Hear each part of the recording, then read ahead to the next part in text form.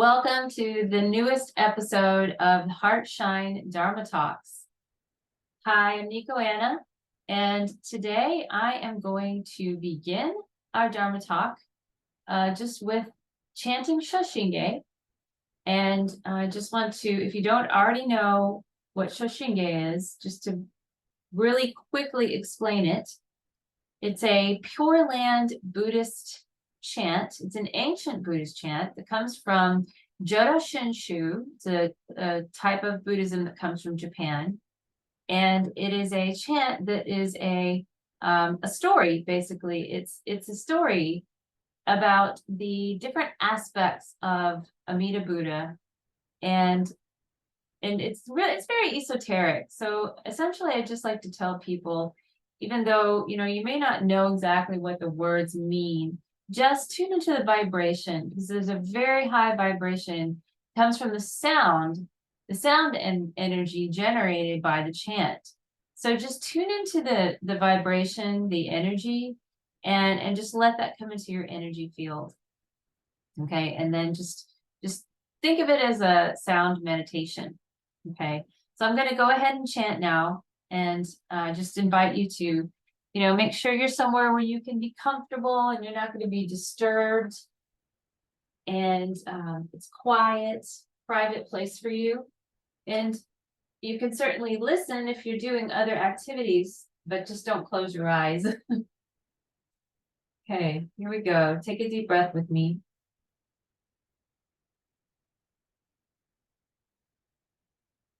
Tune into your body. Just take nice, easy, natural breaths in through the nose, out through the nose and mouth.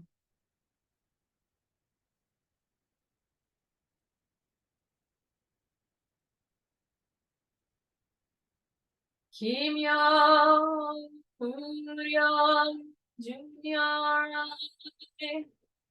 Namahu Gashi, Ozo Bosatu Ichi, Daisei Jizai Obusho, Token Shobutsu Jodobin, Gokudo Nitten Shizen Mat, Ganimita Shishogan, Shotsuke Daibuze, Gogashi Shishoju, Jusei Myosho Monjippo, Uho Muryo Muhiko, Muge Mutai Koen no, Shoujo Ganji Jieko, Unan Nanji Mushoko, Jonichi Gakko Shojin Setsu, Issai Gunjo Mugosho, Ongan Myogo Shoujo Go, Shishin Jinkyo Gannin, Jodo Gakusho Dainehan, Ishi Matsudo Ganjoju, Nyorai Sho Iko Shusei, Yuisetsu Mida Honkan Kai, Gojoku Akuji Gunjo Kai, Oshin Yorai Nyojitsu Gon, No Hotu Ichinen Ki Aishin, Uran Bon no Tokumehan, Bonjo Gyakuho Saige ni, Nyoshu Shinyu Kai Ichimi, Seshu Shinko Joshoko, Ino Suiha Mumyon, Donnai Shinzo Shiwun, Jobu Shinjitsu Shinjinsen,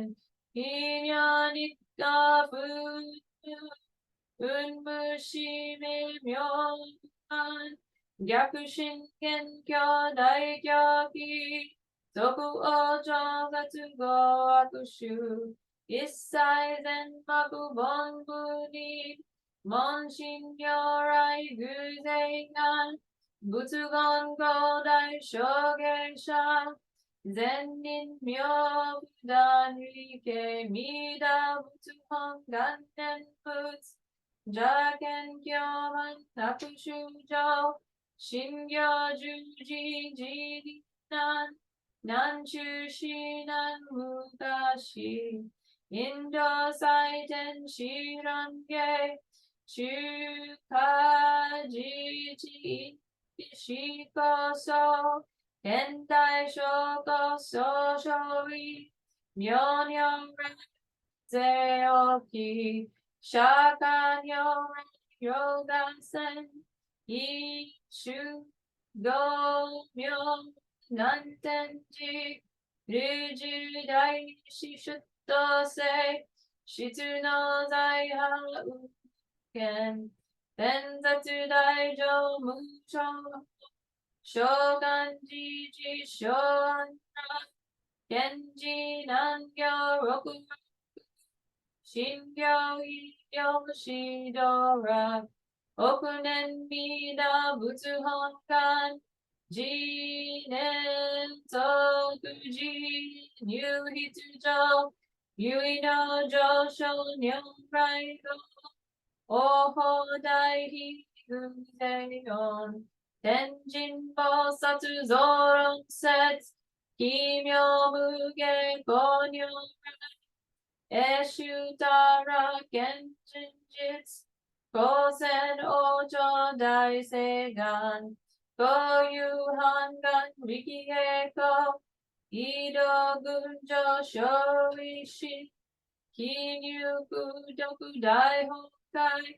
이투갸구누다이 에슈슈 조쿠시렌게 조세카이 조쿠쇼신요 호쇼진 유번너린 겐진주 뉴쇼진 오지오게 헌신던런 요덴치 조거란 쇼보사투라이 산조르시 주조교 오조생겨 기라구호 덴진보사투런 줄게 호도인가 겐세간 오겐네거 유타리 쇼조신 유이진지 와쿠젠 본부 신진버스 쇼지 소쿠네한 이시무료 고명도 쇼슈조 가이푸게 도샤케쇼 도난쇼 유이묘조도 같으니 만센지리기 헨건슈 헨만토쿠고 간센쇼 산푸산신 케요건 조마투 호마투 도히 이쇼조아쿠치구세 시안요가쇼 묘토가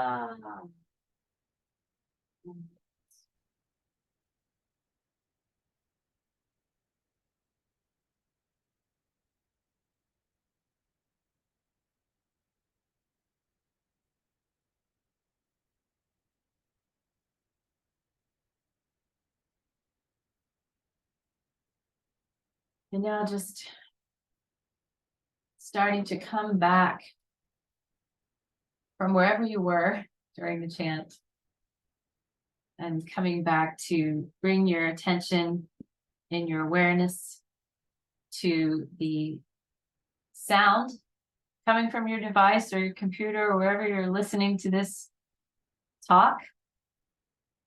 And just let the energy be there. So we're just going to let the energy of this chant just really percolate in your nervous system, in your being, in your field.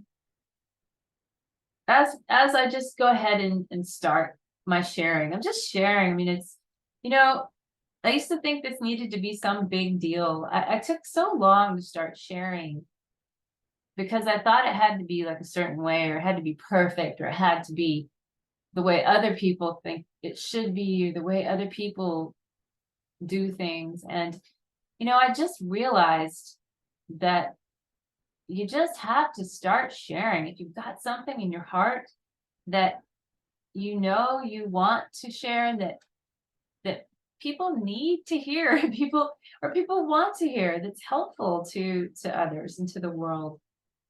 And so if that's true for you, if there's something in you that you've been holding back because of fear, because of the need to be perfect, I invite you to consider that it's okay to share from an imperfect place, and maybe even from a little bit of a scared place.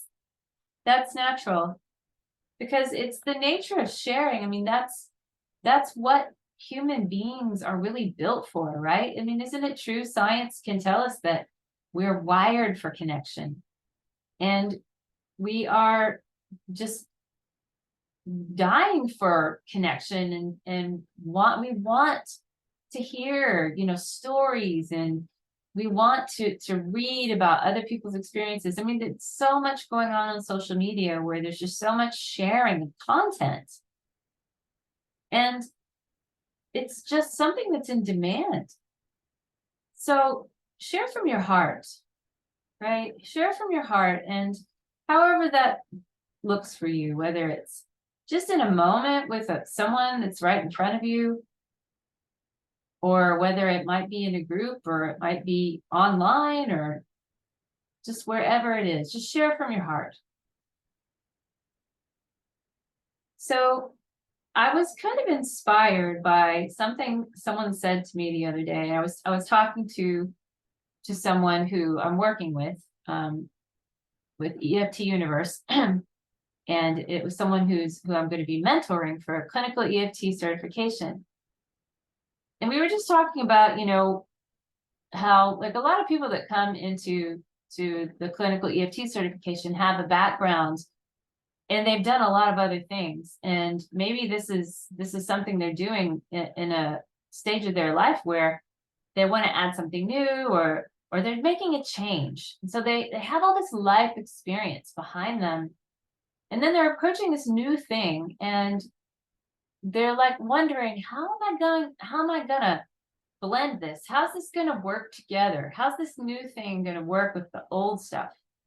And I think our minds try to get in the way a lot of the time. Like, the mind tries to say, well, you have to know how you're gonna fit this into your life. Otherwise, otherwise it's not gonna happen. Or, well, you can't do both of these things, that you can't do these things over here and this. So you're going to have to figure out which one you want. It just gives you all these like kind of black and white kind of directives. This is just part of the mind, it's always doing that.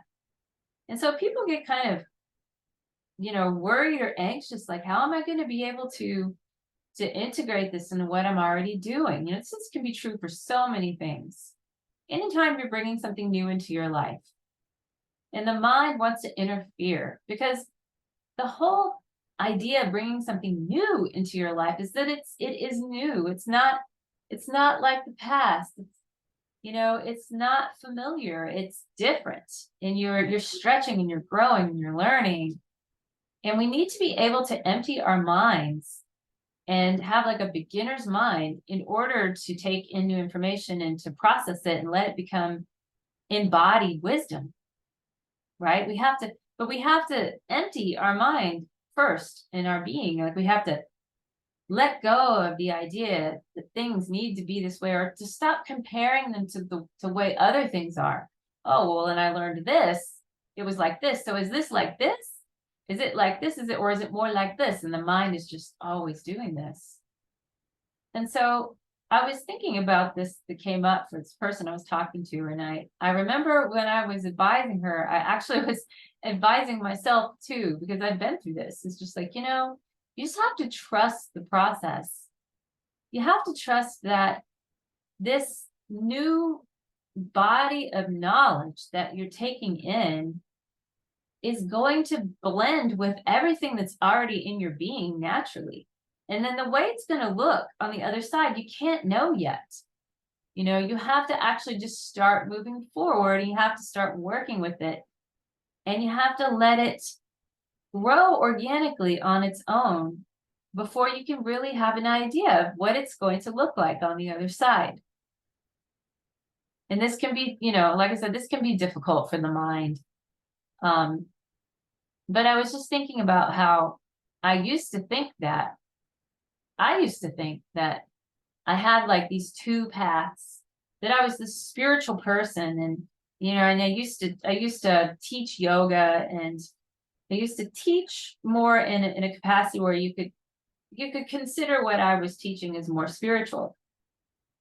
And then I kind of diverged from that path for a while, and I began to be very much more involved in kind of a more, I won't say it was less spiritual, but just like a more evidence-based sort of, clinical path, when I started working with clinical EFT and energy psychology with clients.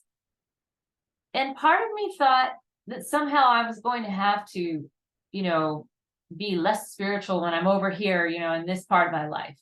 Like I have to be, it's less spiritual, but, and it's separate from this other part of my life. And I always felt kind of split. I always felt like I was having to make this choice between these two ways of being. And I didn't realize how much it bothered me, how much it was kind of causing friction in my system until maybe the past few months. And one day I just remembered something. Last year, it was in March. It was a little over a year ago. My sensei passed away. And he was so dear to me. He still is so dear to me. And he taught me so much. And I remember him saying something once about, he called them signposts. He used to talk about how the Dharma is just, it's like pointing towards the truth. And he used this metaphor. You know how when you point at the moon, the dog looks at your finger. You point at the moon and the dog looks at your finger, right? It's a funny little metaphor, because the dog's looking at your finger, but you're pointing towards the moon. The dog doesn't know to look at the moon. Its brain doesn't work like that. And I think people might tend to think that it's the finger I need to pay attention to, and sort of miss the point, is that it's the moon the finger's pointing towards. And so I used to try to explain tapping to people. I try to explain to them what it is, what it's doing. And I would be like, tapping itself doesn't have any power. Like, it's not the tapping, the EFT, that's healing you and shifting you and helping you release anxiety and stress and all the wonderful things it can do. It doesn't have power in and of itself, because it's the fact that we're using it to direct and focus our awareness and our consciousness through the tapping. So it's kind of like saying that, like, a hammer has power all by itself. Like, the hammer isn't just going to fly up and start banging nails all by itself, hopefully. That it has to have a will behind it. An individual has to pick that hammer up. A being with a will and a consciousness has to pick the hammer up and then will it, and use the power of their own energy and their consciousness to hit the nail with the hammer, to get the nail to go in. So the hammer itself has no power by itself. It's only a tool, and it must be wielded by a being with a consciousness. And that's how I see tapping, is that tapping is a tool that we move our consciousness through. We're pointing it towards something. We're using it as a tool for healing and for transformation. But the truth is, we don't need tapping to heal. It's great to have it. And I use it every day. I use tapping and Qigong and energy exercises and other kinds of meditation every day, and it has completely transformed my life. But I also know that if I was really advanced, I could just look up and see the moon. Like, I wouldn't need the tool. And isn't that kind of what we're all looking for? Isn't that enlightenment?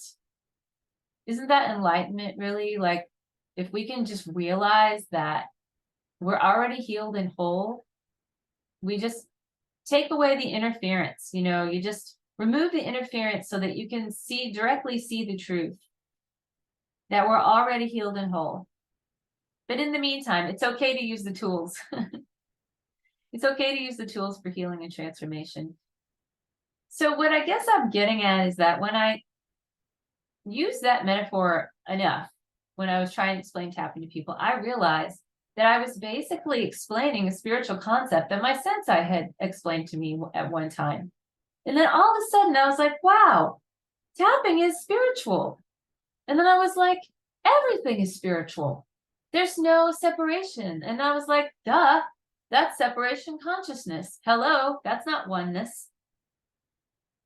But we forget. Our mind tries to trick us. And I guess when I realized that I was sort of hanging out in separation consciousness around that, and I was like, it's all the same. It's all the same path. And I started to feel really whole, and I started to feel really, at peace with all the decisions I made. I started to feel very focused and sure of myself. And I had a lot of certainty. It's not that I don't still have doubts and fears that come up and voices in the head. They're like, oh, who do you think you are? Or, all the kind of criticisms that can come up, but it just keep going anyway. That's the thing. It's like, I used to let those voices stop me and trick me. And now I just keep going. I'm like, yeah, okay. I hear you, but not stopping. I'm not stopping. You're not stopping me with that judgment or that criticism or that worry or that fear. And I found that works pretty darn well, actually. Like when you just kind of call that bluff, when you sort of call your mind's bluff, it gets a lot less powerful. Like it's still there, but it gets a lot weaker, and it kind of gets a little more just sort of mumbly, grumbly, just every once in a while, but not just like in your face like it used to be. And I feel like that's the work that we're all doing, is to tame that mind and to stay balanced and stay focused on just experiencing life, accepting what is, and feeling the joy in that, instead of being so distracted by all these internal conflicts that rob us of our joy of the moment, of just the way life has unfolded. Here we are together. You're listening to me. I'm sitting here in my office. You're sitting or wherever you are in the world. And I'm talking to you and you're listening to me. And I'm like, that's just freaking amazing to me that this is possible. I'm in my body. I'm alive. And you're in your body and you're alive and you're listening to me. And the field is connecting us all. And life is just this. This is it.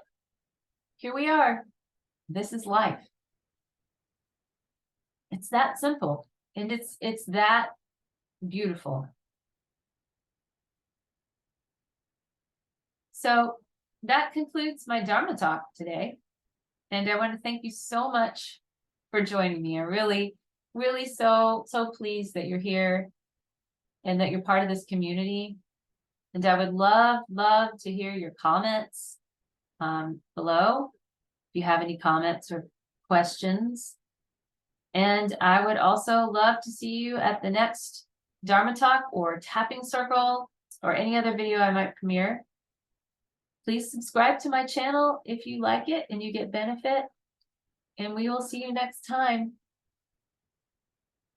May you be at ease and know joy. Take care.